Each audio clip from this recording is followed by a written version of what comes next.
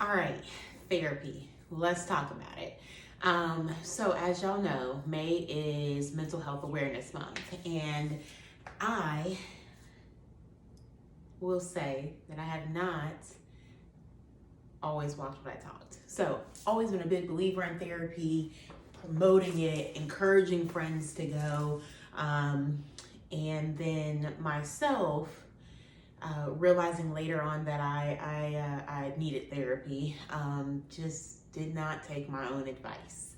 And so it has been a journey. And I will say that I've been thinking, and therapy has been on the table since probably about 2014, right after I graduated college and everything.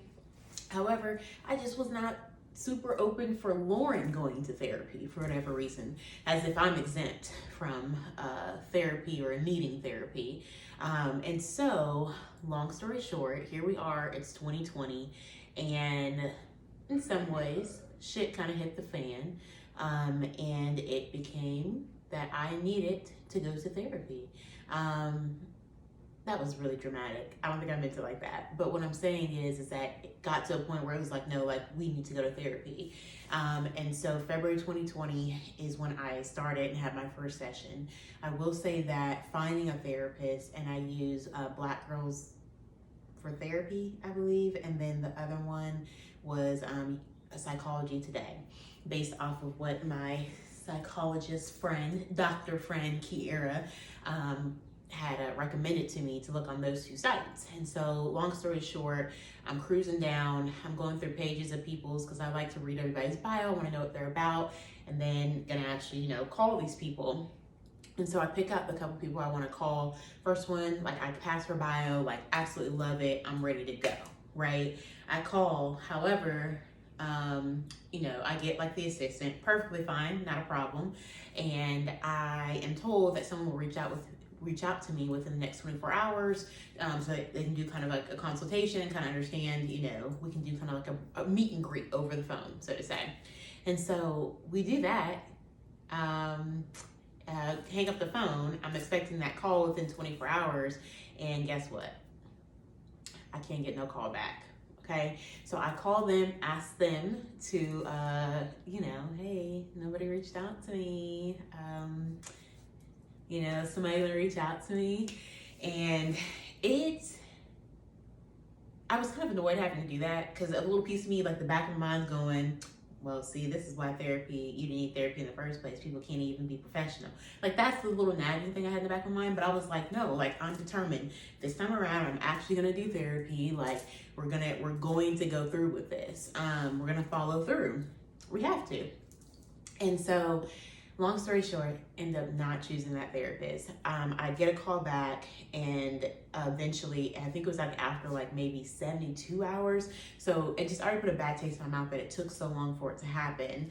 And so also when I talked to her, she was like, her plan of like how she typically handles cases and, works with her clients, like it sounded pretty good, but at the same time, like, I don't know, I just didn't get the warm and fuzzies from her on the phone.